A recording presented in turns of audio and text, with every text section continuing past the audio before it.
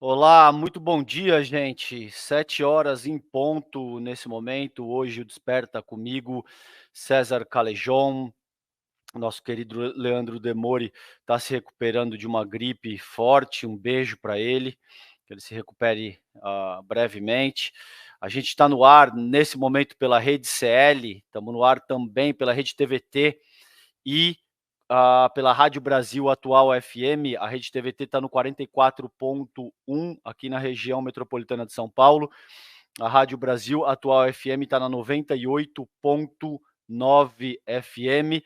Estamos no ar também pela TV Quirimurê 10.3 na região da Grande Salvador e na Rádio Heliópolis, aqui em São Paulo também 87.5 FM. Bom, muito bom dia, gente. Vamos lá começar com vocês aqui, trabalhar uma questão que é muito importante, porque, como vocês muito bem sabem, mexe no vosso bolso. Tem muita coisa hoje acontecendo. A gente vai trabalhar um pouco de tudo. Tem a sabatina do Gonê, Paulo Gonê e Flávio Dino, para as posições de PGR e ministro do STF, respectivamente.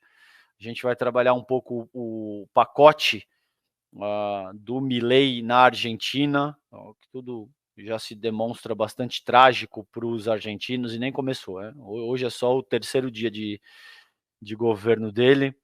A gente vai passar um pouco pela questão do influenciador fitness, o Renato Cariani, que tem uma investigação da Polícia Federal contra ele, o que tudo indica, segundo a Polícia Federal e o Ministério Público Federal, ele forneceria insumo para a produção de drogas, crack, cocaína, algo na casa de 12 a 15 toneladas de droga. Esse caso repercutiu muito ontem. O Renato é um influenciador bastante conhecido, fez lives com o Jair Bolsonaro no ano passado, para as eleições, entre outros assuntos, tá bom? Então esse é um pouco das coisas que a gente vai trabalhar na manhã desse dia 13 de dezembro de 2023, agora precisamente 7h03. Bom dia para você que está chegando nesse momento. Gente, vamos começar aqui então. Eu vou abrir essa primeira notícia para acompanhar com vocês, que é o seguinte: a gente tem aqui essa notícia da Folha de São Paulo, que é: Banco Central decide sobre Selic nesta quarta, sob pressão do governo e com inflação dentro da meta. A previsão do mercado financeiro é de corte da taxa de 12,25% para 11,75%. A gente sabe que essa taxa de juros, a taxa básica de juros do Brasil, é a mais alta do mundo. Isso transforma o Brasil no país do rentismo e interessa para uma quantidade ínfima da nossa população. Essa é a análise crítica que eu faço com vocês dessa notícia nesse momento, porque você tem uma parcela minoritária da população que tem recurso para deixar investido, que não precisa utilizar todos os seus ganhos para pagar conta, para fazer a manutenção da sua própria subsistência e, portanto, pode investir no mercado financeiro. É importante trabalhar isso com vocês pelo seguinte, gente. Quando a gente fala mercado financeiro, com frequência os economistas liberais querem fazer crer que o mercado financeiro somos todos nós. E isso é uma falácia, né? Na melhor das hipóteses, tem uma fala maravilhosa do nosso queridíssimo André Roncalha, que é um economista, um craque do campo progressista, no qual ele te explica de forma muito clara que o mercado financeiro, de forma mais ampla, é constituído aí no Brasil por 500.000 de pessoas, assim, na melhor das hipóteses, 500 mil pessoas que operam de fato no mercado financeiro, mas as pessoas que são capazes de obter ganhos legítimos e enfáticos no mercado financeiro seria algo aí em torno de 5.000 pessoas, algo em torno de 0,001% da própria população. O mercado financeiro é isso. O mercado financeiro reflete a expectativa dessas pessoas, mas, sobretudo, dessa parcela ínfima da população, tá? Que controla, de muitas maneiras, meios fundamentais de produção, veículos hegemônicos de comunicação e tudo isso que a gente sabe que determina a organização da nossa vida sociopolítica, tá? Então, a gente tem aí o BC podendo rever essa taxa de 12,25% para 11,75%. A gente sabe que o Campos Neto, que é o presidente do Banco Central até hoje, é um bolsonarista, vem fazendo muita força para, de alguma forma, segurar essa taxa, não só porque isso oferece um benefício absurdo para o rentismo nacional, mas também porque, de muitas maneiras, isso impede o desenvolvimento econômico da nação, o que é um aspecto preponderante para que o atual governo se estabeleça, já de olho com base num possível processo de reeleição. Tudo isso está em jogo, tá, gente? E isso não é teoria da conspiração. Todos esses cálculos pragmáticos são feitos de uma maneira muito enfática, é por isso que eu trago isso para vocês aqui. Eu acho que esse é o papel do Desperta ICL, e eu acho que é isso que o Demori faz com muita propriedade com vocês todas as manhãs. Para além de ler a notícia, a gente procura avaliar de forma crítica, enfatizar o que está por trás daquela notícia, por que ela está sendo contada de determinada maneira, como é que funciona os pormenores da pauta que está sendo trabalhada com vocês, tá? Então, o Banco Central deve voltar a reduzir a taxa Selic em meio ponto percentual nesta quarta-feira, hoje, de 12,25 para 11,75, segundo previsões do mercado financeiro. Então, veja que curioso, o mercado é sempre essa entidade abstrata. Nunca se dá o nome de fato. E quem são essas 5.000 pessoas, por exemplo, que o Roncalha especifica, que formam o cerne daquilo que a gente chama de mercado, né? A gente sabe muito bem, são os grandes bilionários, são os grandes milionários, são as famílias que detêm o controle da mídia hegemônica, são as pessoas que de alguma forma têm grandes ganhos e que podem investir em ações e podem trabalhar isso no mercado de capitais, tá? A decisão será divulgada após a última reunião do ano do Copom, que é o Comitê de Política Monetária, iniciada nesta terça-feira, ontem. O comitê já havia antecipado que ocorreria uma redução da mesma magnitude que a queda de meio ponto percentual implementada em novembro. De acordo com estimativas de mais de 100 consultorias e instituições financeiras coletadas pela pesquisa Focus, a taxa de referência encerraria o ano em 11,75%, após 4 reduções consecutivas desde o início do ciclo de baixa em agosto passado. A despeito disso, gente, essa taxa continua sendo altíssima, tá? É o maior juros do planeta e continua impedindo um desenvolvimento mais vigoroso da nossa economia. A reunião ocorre enquanto o governo federal continua a pressionar a autarquia para reduzir a taxa de juros. Ontem, o Lula e o ministro da Fazenda, o Haddad, fizeram referências em eventos separados ao patamar atual das Selics. Abre aspas aqui para o Lula. Temos de mexer com o coração do presidente do Banco Central. Olha, boa sorte com isso, hein, Lula, porque me parece que coração não é o forte dessa gente. Reduz, aí ele parafraseando o Campos Neto, reduz um pouco os juros que as pessoas estão querendo tomar dinheiro emprestado. Os governadores podem ajudar. Não, isso é o Lula dizendo, desculpa. Disse Lula ao discursar em eventos sobre investimentos de bancos públicos no estado. Aqui a gente tem um gráfico apontando aí a evolução de como é que a coisa andou entre 2019. Olha que curioso essa curva que a gente tem aqui, tá? Então a gente tem em 2019, Bolsonaro assume, isso está na casa de 6% mais ou menos, né? O Campos Neto assume como presidente do Banco Central também ainda abaixo de 7,5%. Isso ao longo de 2020 cai para 2,5%, entra em 2021 nessa faixa e depois, com a dita autonomia, né, que o presidente e diretores do Banco Central, que tem voto no Copom, passam a ter mandatos fixos, não coincidentes com o do presidente da República. Isso acontece durante a gestão Bolsonaro. Não é por acaso, gente, que esse termo autonomia é trabalhado dessa forma. A gente sabe que não existe autonomia. A gente muito foi trabalhado semanticamente a dizer em termos de não, isso o Banco Central é independente, não é que ele é independente, ele é autônomo. Se faz todo um malabarismo semântico para no fim do dia tentar te dizer que a atuação do Banco Central, do Copom, do presidente do Banco Central seria técnica. Esse é o termo que com muita frequência vocês encontram por aí. Isso é uma falácia. Não é absolutamente nada técnica.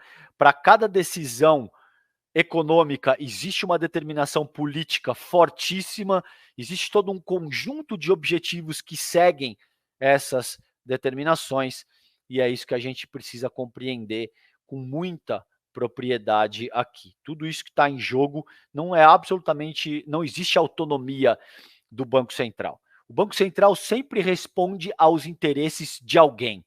Sob a égide da gestão do Campos Neto, responde aos interesses muito claros do próprio mercado financeiro e das pessoas que têm mais dinheiro para viver do rentismo nesse país, tá bom? Então vamos ficar de olho nisso. Essa é a primeira notícia que eu trago para vocês aqui. Deve ter uma alteração significativa de meio ponto, não é tão significativa, mas é um sinal de que existe uma tendência de queda da Selic no Brasil. Então, o crescimento do PIB ficou acima do que era esperado, o Brasil deve crescer na faixa de 3% esse ano. A gente tem inflação controlada dentro da meta também. Então, me parece que a coisa vai caminhando no sentido de atender ao que o governo tinha planejado e o que principalmente o Haddad tinha determinado, tá bom? Em seguida, gente, trabalhar uma notícia aqui do G1, do Wesley Bischoff e do Vinícius Cassella. Lula sanciona lei que taxa offshores e fundos exclusivos. Nova lei faz parte das medidas da equipe econômica para aumentar a arrecadação. O presidente vetou um único parágrafo sobre o sistema de negociações de fundos e de investimentos e ações. A gente sabe, principalmente o nosso Edu Moreira, tem sido muito enfático no sentido de criticar, no sentido de dizer que isso, na verdade, significou um presente para os bilionários, que ao invés de pagar 15%, pagam 8% e ainda podem parcelar. Eu conversei com alguns economistas que me dizem que, caso contrário, essa medida não passaria. Então, é melhor essa taxação de 8%, o que deve dar aí na casa acho que das dezenas de bilhões, não sei se essa notícia aqui tem, vamos ver isso junto, mas se eu não me engano, 35, acho, 40 bilhões de reais, do que não conseguir aprovar nada e seguir basicamente onde nós estamos. A meu ver, não são perspectivas excludentes, de muitas maneiras, os dois raciocínios são adequados, é o que a materialidade factual de como o nosso Congresso está disposto nesse momento permite, e também cabe a leitura mais crítica que o Edu Moreira faz, que é cobrar cada vez mais o que a gente tenha um governo federal cada vez mais progressista, cada vez mais à esquerda, no sentido de taxar os super ricos para reorganizar de alguma forma esse recurso para as camadas mais empobrecidas da população. E essa é a função de um governo que se diga legitimamente progressista e que esteja à esquerda no espectro político e ideológico, tá, gente? Então, isso é o que a gente tem aí em termos de taxação. O presidente Lula sancionou a lei que prevê a taxação das offshores e dos fundos exclusivos. O texto recebeu somente um voto em um parágrafo. A lei foi publicada em edição do Diário Oficial da União desta quarta-feira, hoje, dia 13 de dezembro. As offshores são investimentos no exterior, né, contextualizando. Já os fundos exclusivos são fundos de investimento personalizados para pessoas de alta renda. Tem um vídeo maravilhoso do Lindbergh Farias questionando o Campos Neto, se ele teria offshore, se ele tem fundo exclusivo, se ele teria enriquecido em virtude da manutenção da taxa de juros altíssimos. É uma indecência, gente. É uma indecência que figuras como Campos Neto, que figuras como Paulo Guedes, que figuras que mexem diretamente com a nossa política monetária ou a nossa política fiscal tenham investimentos em fundos exclusivos, em offshore, que de muitas maneiras sejam milionários que acabam enriquecendo com as próprias práticas que eles mesmos determinam. Isso é uma indecência. A gente precisa ser capaz de desenvolver uma legislação, medidas preemptivas que sejam capazes de evitar esse tipo de absurdo que a gente frequentemente vê as pessoas praticando no Brasil. Vale a pena ver depois, tá? Esse vídeo aí do Campos Neto sendo questionado pelo Lindbergh Farias no que diz respeito a se ele teria dinheiro investido em offshore, em fundo exclusivo, se ele teria enriquecido em virtude de fazer a manutenção dessa taxa exorbitante de juros que a gente tem vigente no Brasil. O texto, então, foi aprovado pelo Senado no fim de novembro, criando taxações que não existiam sobre esses tipos de fundo de investimento, tá? A aprovação e sanção da lei era considerada essencial para a equipe econômica do Haddad, principalmente, que trabalha para aumentar a arrecadação e zerar o déficit nas contas públicas. Veja que curioso, a propaganda, o banner que a gente tem aqui, não por acaso é da XP, entende? Então, quando vocês abrirem uma determinada notícia, prestem muita atenção nisso também. Ou se vocês estiverem assistindo a televisão, prestem muita atenção. Quem é que está patrocinando aquela notícia? Que tipo de banner que a gente vê entre a notícia? Quais são as empresas que estão sendo atreladas com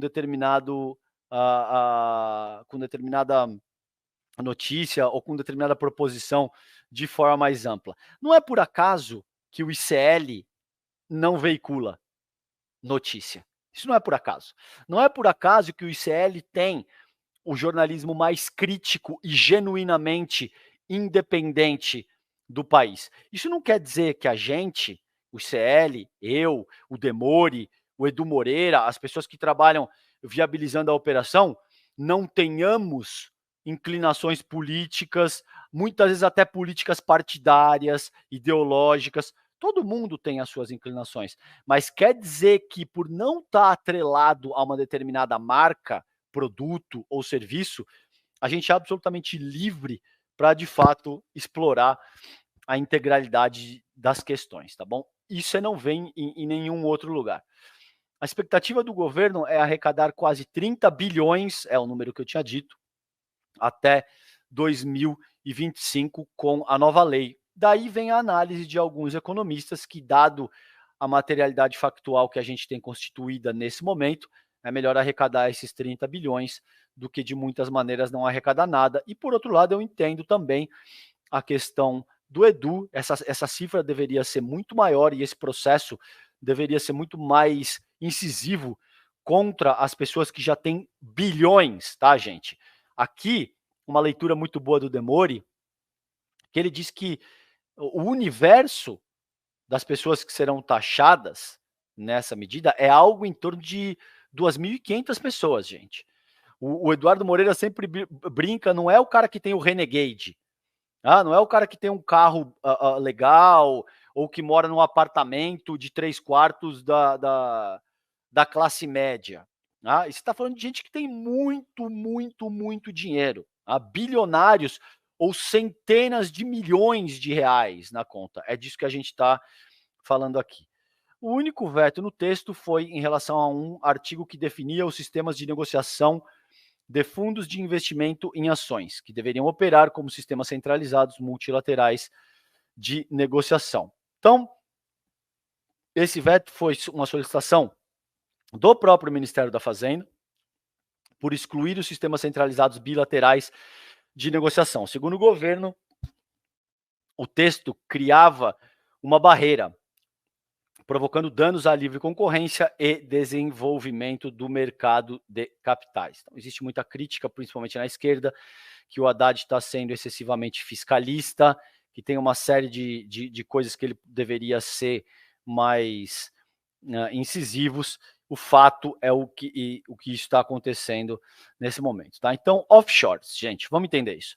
Offshores são rendimentos obtidos fora do Brasil, por meio de aplicações financeiras ou empresas no exterior. Antes, a tributação ocorria somente quando o lucro obtido com investimentos no exterior é transferido para a pessoa física no Brasil. Ou seja, se a pessoa decide manter os recursos no exterior, a tributação pode ser postergada ou sequer jamais ocorrer. Com a nova lei, a tributação será feita uma vez ao ano, em 31 de dezembro, e será de 15%. Fundos exclusivos. Os fundos exclusivos são feitos de forma personalizada para o cotista e atualmente tem pagamento de imposto somente no momento do resgate da aplicação. Como no caso das offshores, o resgate pode ser postergado com a intenção de adiar o pagamento do imposto. Segundo a lei, a tributação dos fundos exclusivos será realizada 2 vezes ao ano, a cada 6 meses, o chamado COB-Cotas, que já é aplicado hoje a outros tipos de fundo. Pelo texto aprovado, a taxa vai variar conforme o tempo de duração dos investimentos. 15% no caso de fundos de longo prazo e 20% no caso de fundos de curto prazo com até 1 ano ou menos. Estimativas no Planalto apontam que o que eu falei para vocês, 2.500 brasileiros têm recursos aplicados nos chamados fundos exclusivos. A exigência de investimento mínimo de 10 milhões de reais, com custo de manutenção de até 150 mil reais por ano. Então é disso que a gente está falando, tá, gente? Se você não tem 10 milhões de reais para investir, não quer sequer dizer que você tenha 10 milhões de reais em patrimônio. Quer dizer, se você não tem 10 milhões de reais para investir, esquece, essa parada não é contigo, tá? O relator também reduziu de 10%, proposta do governo, para 8% a taxa para quem optar, de forma voluntária, por atualizar os rendimentos obtidos no exterior até 31 de dezembro desse ano. Essa é a crítica feita, sobretudo, pelo nosso Eduardo Moreira, tá? Que isso seria um presente para essa gente que já tem muito dinheiro.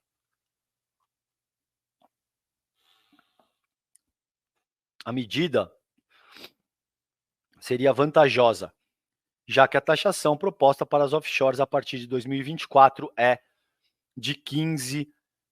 No caso dos fundos exclusivos, será obrigatório o pagamento de imposto sobre o estoque de rendimentos obtidos até 31 de dezembro, tá? Então aí tem aqui as condições de pagamento e acho que em linhas gerais é isso que eu trago para avaliar com vocês, tá bom?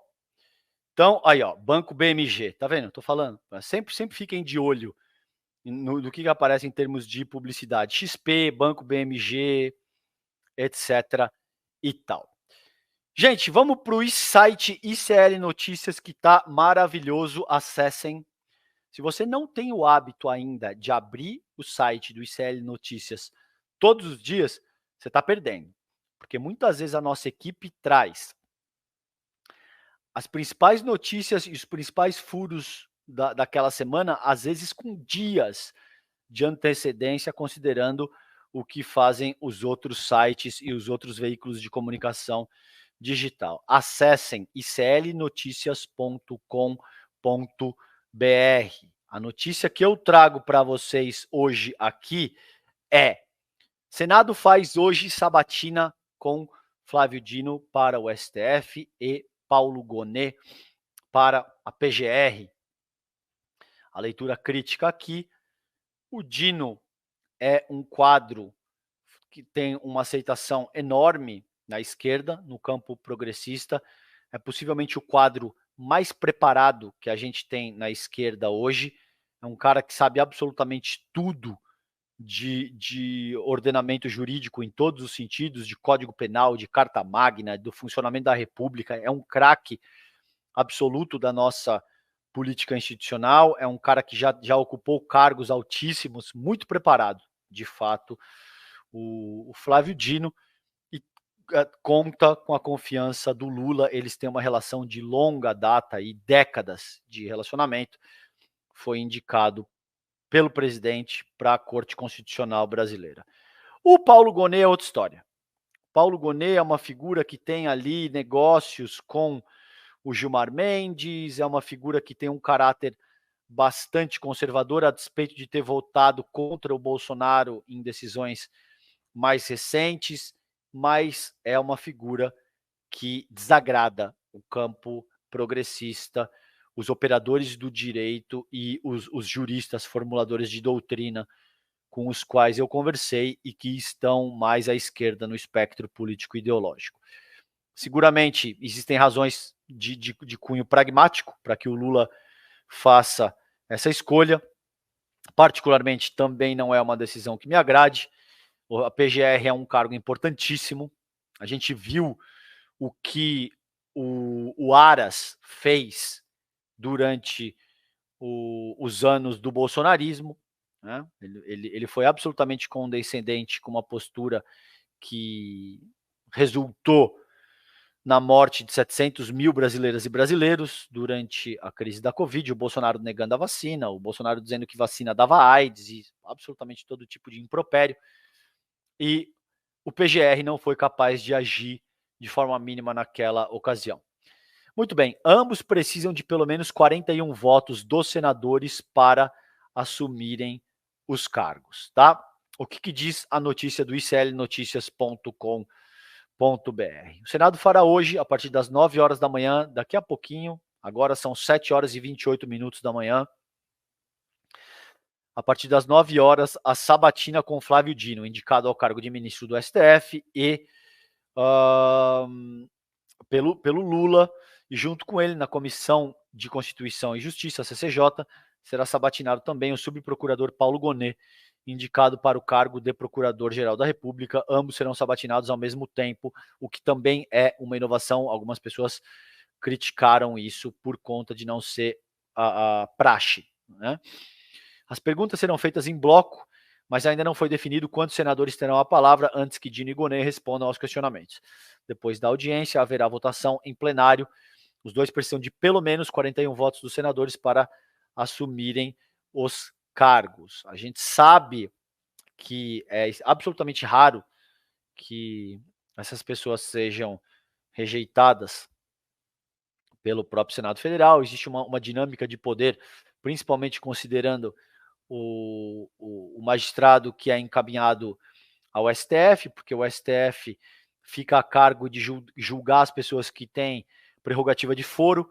Então, os senadores são sempre muito cautelosos, considerando a forma como eles orientam os seus votos. Isso dito, a indicação do Dino é a indicação mais delicada e mais acirrada que a gente teve de um ministro do STF nos últimos anos. Tá?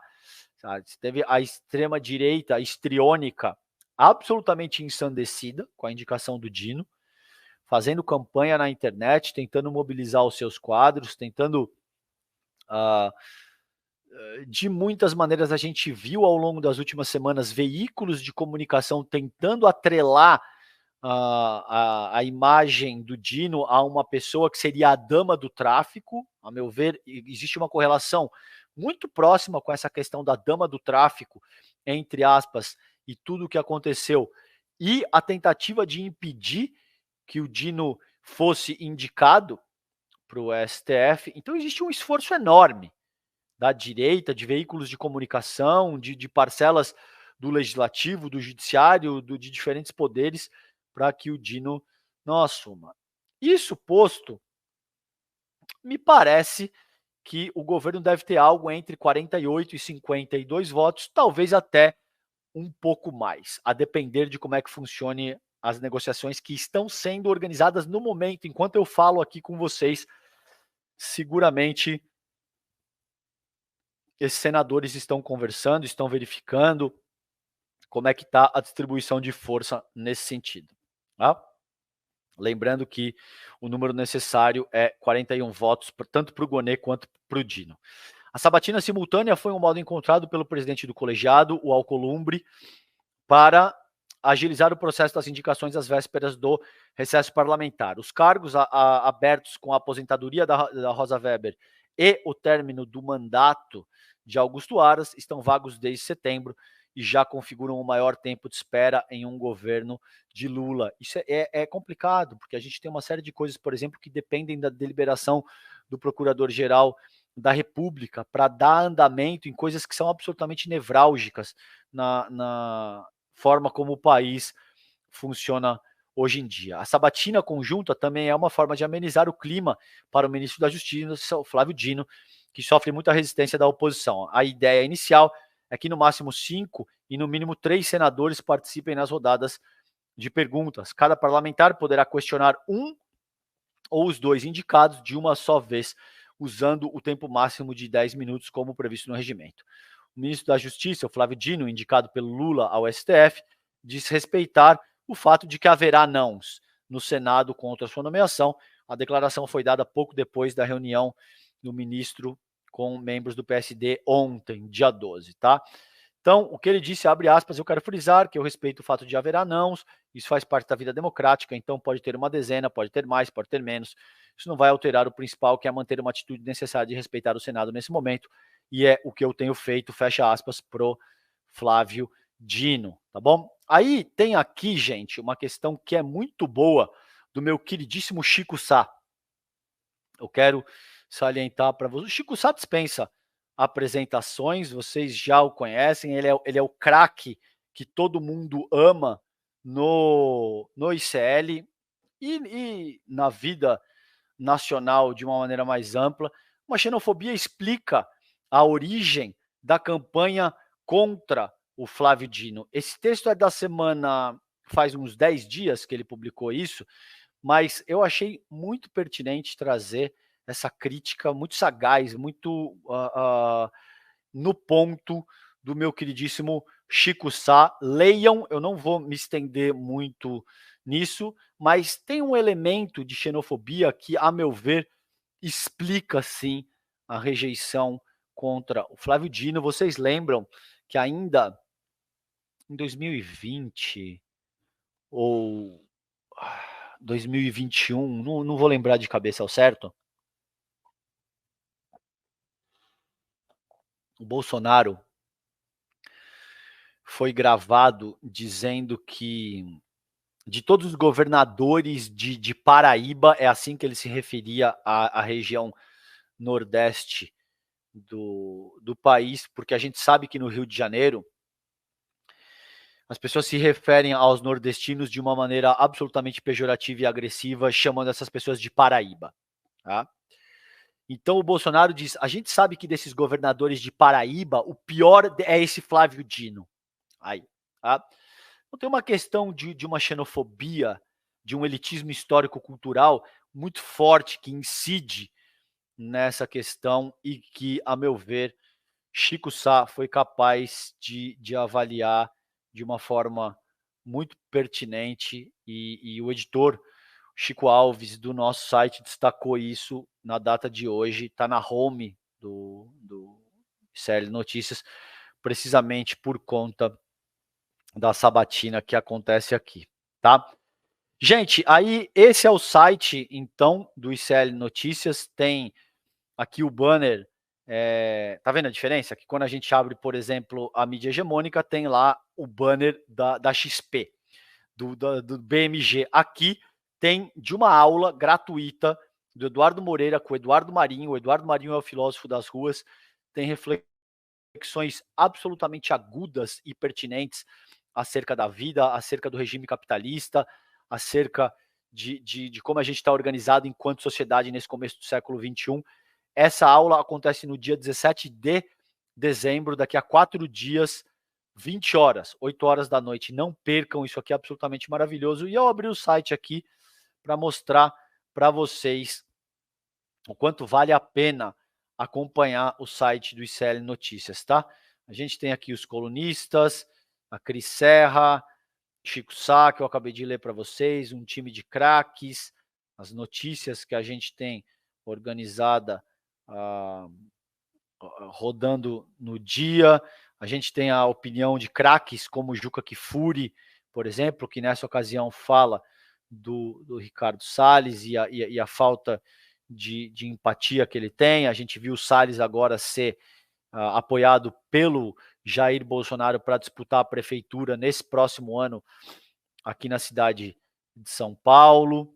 Enfim, uma série de coisas que está imperdível, tá bom, gente? Então acessem iclnoticias.com.br, desenvolvam o hábito de consultar o site do ICL Notícias todos os dias, porque vocês não vão se arrepender.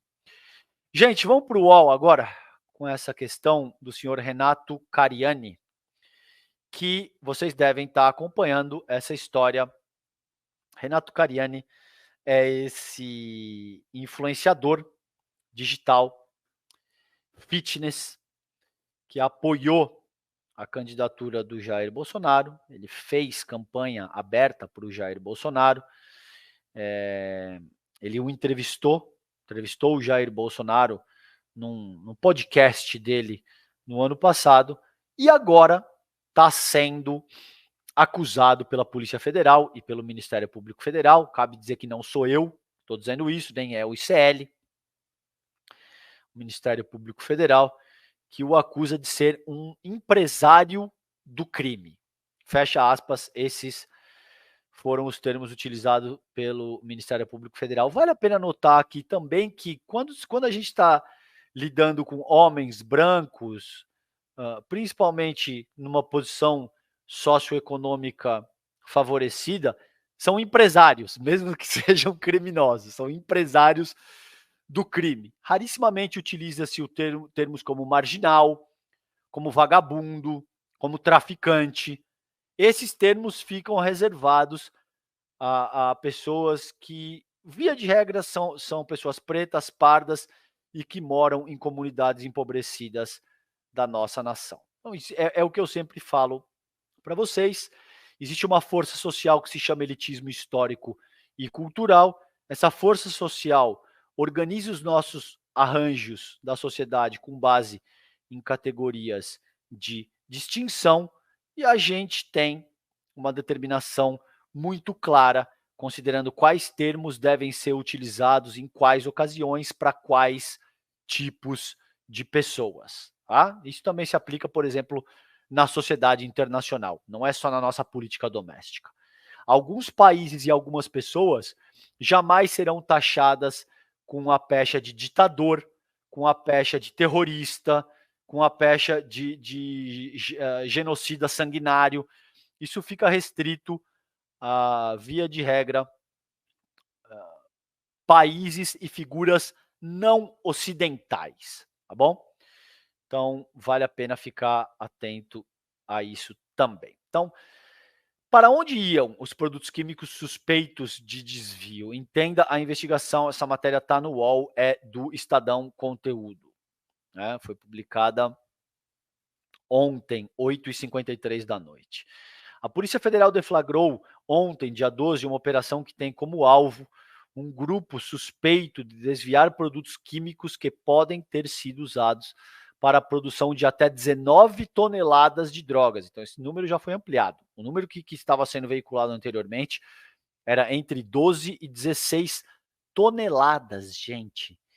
1.000 quilos. A gente está falando de 19 mil quilos de drogas, tá? Como crack e cocaína. Lembrando que o senhor Renato Cariani é engenheiro químico também, né? A investigação foi feita em conjunto com o Ministério Público de São Paulo e a Receita Federal. Um dos 16 alvos da operação é o influenciador fitness Renato Cariani, que tem 7,4 milhões de seguidores no Instagram. Isso aqui é outra coisa que eu quero que vocês tomem muito cuidado, tá? Porque hoje em dia, eu te disse que existe uma hierarquia moral que organiza os arranjos da sociedade com base em categorias de distinção. Um desses marcadores sociais é o número de seguidores que as pessoas têm nas redes sociais. Só que esses seguidores podem ser facilmente comprados, gente. Então vamos tomar cuidado quando a gente vai. O cara tem milhões de seguidores nas redes sociais.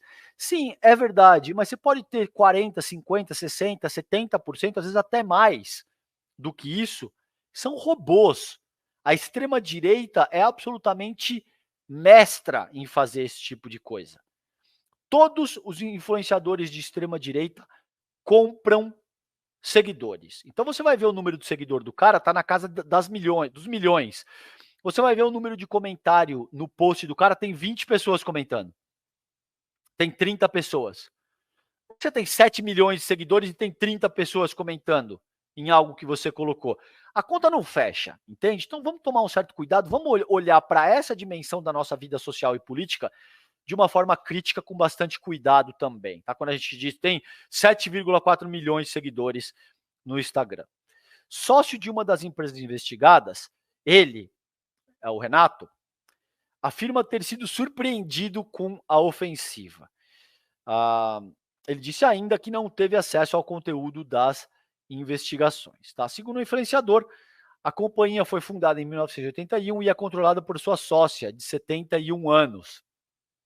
Curioso que não aparece o nome dela até aqui, né? Ele diz o seguinte, abre aspas, tem sede própria, todas as licenças, certificações nacionais e internacionais. Trabalha totalmente regulada, disse em vídeo publicado nas redes sociais. Ele já fez aquele tradicional, quem me conhece sabe, a empresa é uma empresa linda, idônea, mas ela é tocada pela minha sócia, né?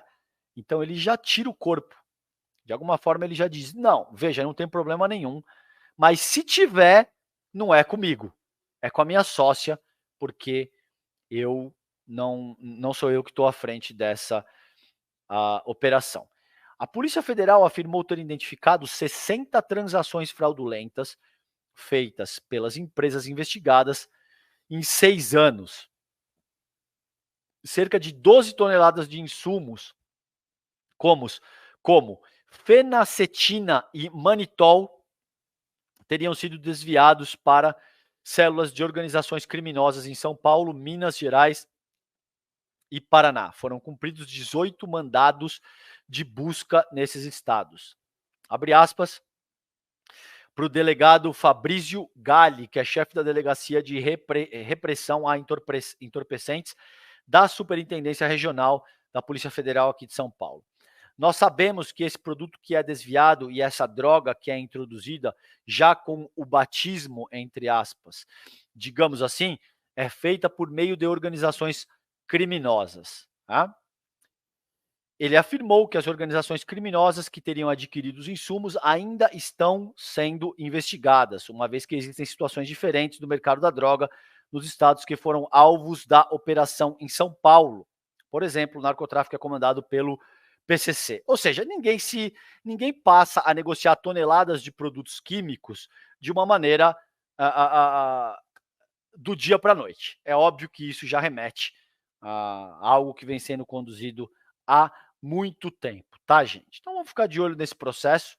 Tem algo aqui que eu também quero trazer para vocês que está no Metrópolis, que é o Ministério Público de São Paulo livrou o influenciador Renato Cariani, 8 meses antes de operação da Polícia Federal, investigação sobre a mesma denúncia feita pela AstraZeneca contra a empresa do influenciador foi arquivada pelo Ministério Público Federal em abril. Esse texto é do Luiz Vassalo. Você imagina por que essa gente não estava desesperada para reeleger o Jair Bolsonaro, né? Essa notícia do Vassalo dá conta de que exatamente esse inquérito que foi aberto a partir da mesma denúncia feita contra o empresário e fisiculturista foi arquivada. O Ministério Público livrou aí o Renato 8 meses antes dessa operação que agora foi deflagrada pela Polícia Federal, tá bom? Vamos ficar de olho nesse influenciador aí, porque além de tudo, gente, denota a hipocrisia desses bolsonaristas, tá? A gente viu, por exemplo, o atual governador de Santa Catarina, que teve um caminhão com o nome dele, no qual foram encontradas 300 quilos de maconha. A gente teve tio de Damares Alves, no qual teve uma aeronave na qual foram encontrados 300 quilos de haxixe. A gente tem o caso desse senhor aí agora. Enfim, uma série de personalidades assim complicadíssimas que se colocam como os arautos da moralidade, falando de Deus, pátria e família, e em seguida nunca falha. O que a gente tem é esse tipo de coisa que a gente está vendo aí com esse influenciador fitness, tá bom? Vamos ficar de olho nessa história. Gente, aí tem uma questão aqui que é o governo Milei anunciando plano de arroxo com desvalorização do peso, suspensão de obras e corte de subsídios. Essa é da Carta Capital, foi publicada ontem à noite também, 7h46. O programa de emergência também reduz ao mínimo as transferências do governo para as províncias. Esse é o senhor Javier Milei, que fez campanha com uma motosserra na mão e disse se aconselhar com o cachorro morto dele, tá bom?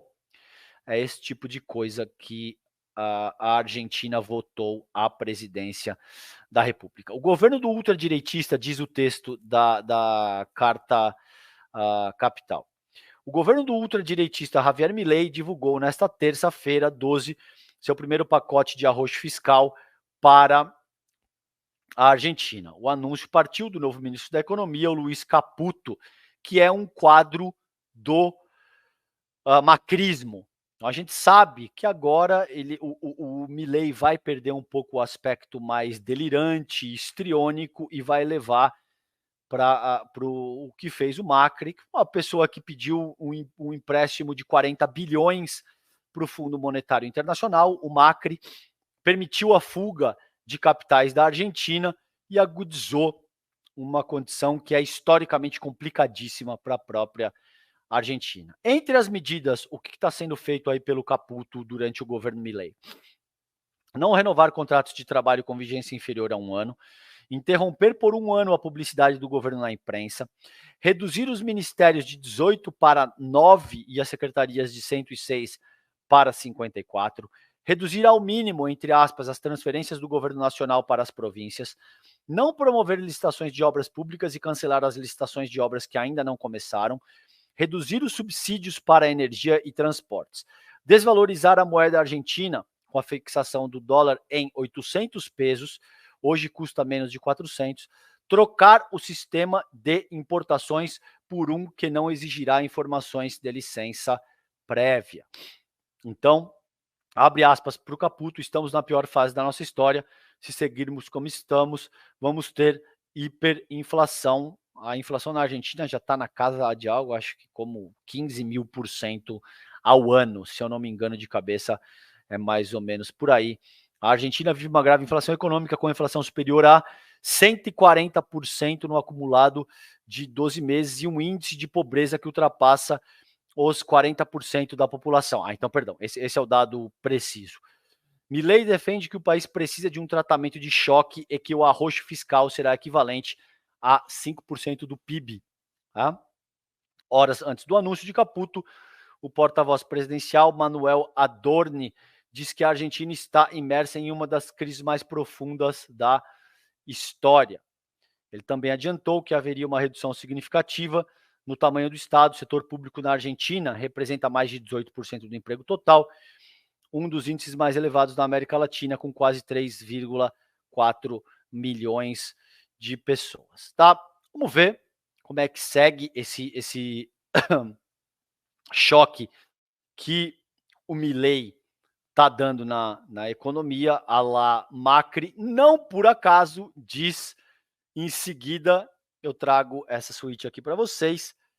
Não por acaso, FMI prontamente elogia o pacote de arroxo anunciado por Milei, considerando tudo isso que eu acabei de salientar para vocês. É óbvio que instituições como o Fundo Monetário Internacional, o Banco Mundial vão elogiar essa questão, porque tem uma espécie de austeridade fiscal que vai ao encontro do que querem esses países que estão no cerne do capitalismo global. É óbvio que a questão na Argentina é absolutamente complexa e delicada, tem um caráter bimonetário, não tem reservas em dólares, é uma economia menor do que a economia brasileira, uma série de idiosincrasias que caracterizam a economia argentina de uma forma muito peculiar, mas a gente sabe que a diretora gerente do Fundo Monetário Internacional, a Kristalina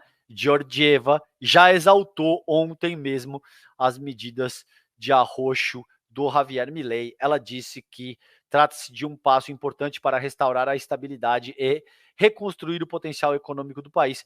Eles vêm dizendo isso há décadas e eles emprestam dinheiro e de muitas maneiras isso permite também com que eles acabem interferindo na forma como o país organize as suas políticas econômicas, tá bom? Além disso, a diretora de comunicações, isso não funciona só para o FMI, não, tá, gente? Quando você vê, por exemplo, o Brasil vai entrar na OCDE, a gente vai fazer parte do grupo dos primos ricos no mundo.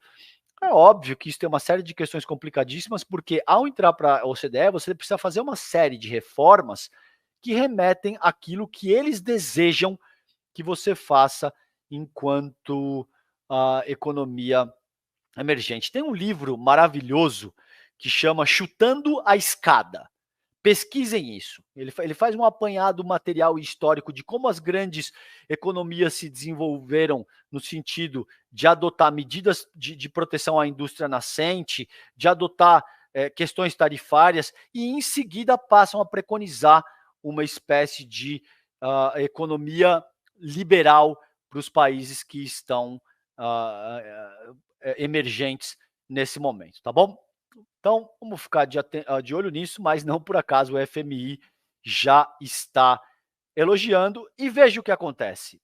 Já agora, essa é uma notícia também da Folha de São Paulo. Isso foi publicado hoje às 4 horas da manhã. Então, agora são 7h53, faz cerca de 4 horas que essa notícia foi publicada. Remarcações disparam na Argentina, com chegada de Milei e fim de controle de preços. Supermercados intensificaram aumentos e há expectativa sobre o que ocorrerá após desvalorização do peso, tá? As remarcações de preços foram tantas nos últimos dias que Romina Luque, 36, que trabalha como caixa em uma rede de supermercados em Buenos Aires, desistiu de trocar as etiquetas. Diz ela, abre aspas, na semana passada foram 2.000 etiquetas. Não conseguimos. As prateleiras tiveram que ficar sem os valores por alguns dias. Então, já começa a sentir esse efeito à la Milei. Tá bom? Vamos ver o que será da Argentina com o economista à la Macri e com o presidente da República que se aconselha com o seu cachorro morto. Né? A Argentina achou que era uma boa eleger esse sujeito à presidência da República. Gente, pulando aqui, girando a pauta, para o Brasil de Fato, a redação do Brasil de Fato, isso foi publicado ontem, 12 de dezembro, meio-dia 35. Israel mata 300 palestinos em 24 horas. Em 24 horas. E mortos ultrapassam 18 mil.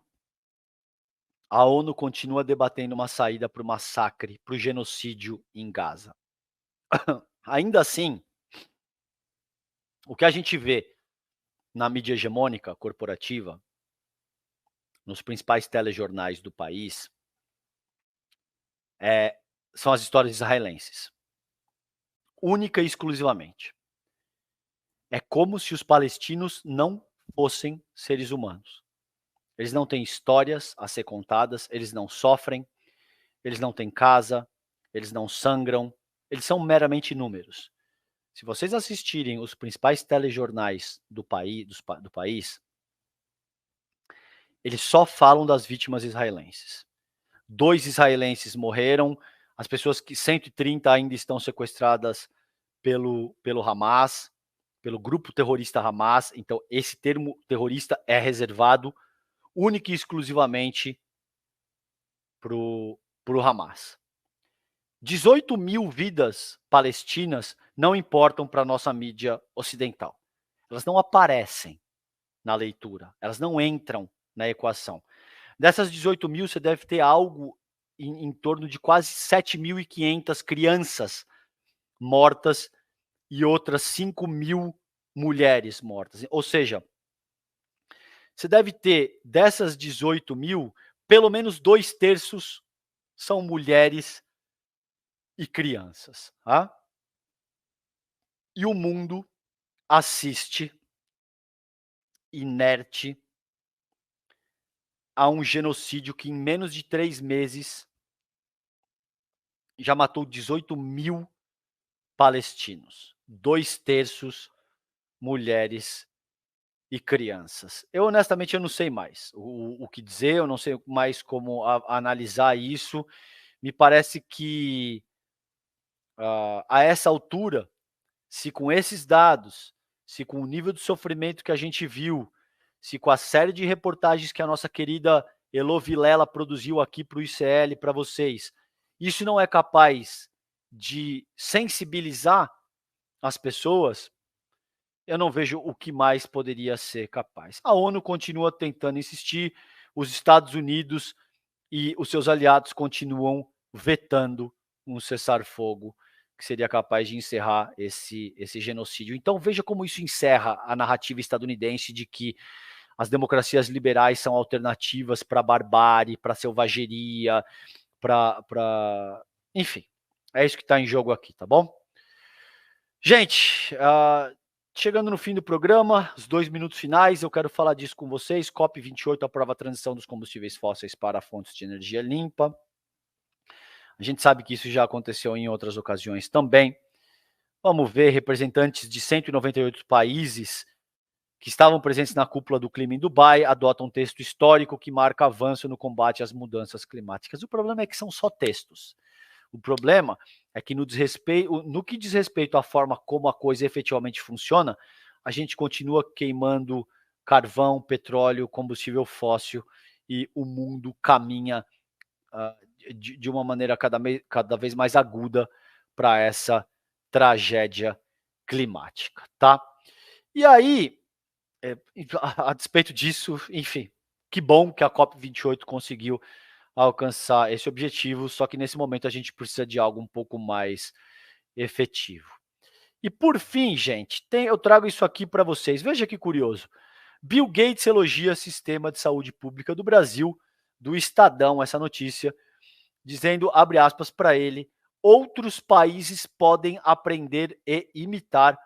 O bilionário fundador da Microsoft publicou o texto no qual destaca o SUS e seu impacto transformador, aspas, para ele também. A gente sabe que nos Estados Unidos as pessoas quebram braço, quebram perna, passam mal, mas não chamam a assistência médica, porque muitas vezes, se você quebrar um braço, você fica devendo uma conta de 3, 4, 5 mil dólares num hospital estadunidense. Então tá aqui o Bill Gates elogiando o nosso SUS. Tá bom? Gente, é isso. Com isso eu chego ao fim do programa de hoje. Vocês ficam agora com o ICL Notícias, primeira edição, e o time de craques que toca o N1. Até mais, fiquem bem. Um beijo grande. Tchau, tchau, gente. Põe na agenda que esse vale a pena. 17 de dezembro, domingo, às 8 horas da noite, Eduardo Marinho, filósofo das ruas, sucesso da internet, das redes sociais por suas reflexões e textos, vai dar uma aula para o Instituto Conhecimento Liberta. Para você participar dessa aula ao vivo e que não tem replay, clique no link aqui em cima ou aqui embaixo e se inscreve agora, gratuitamente. A gente se vê lá.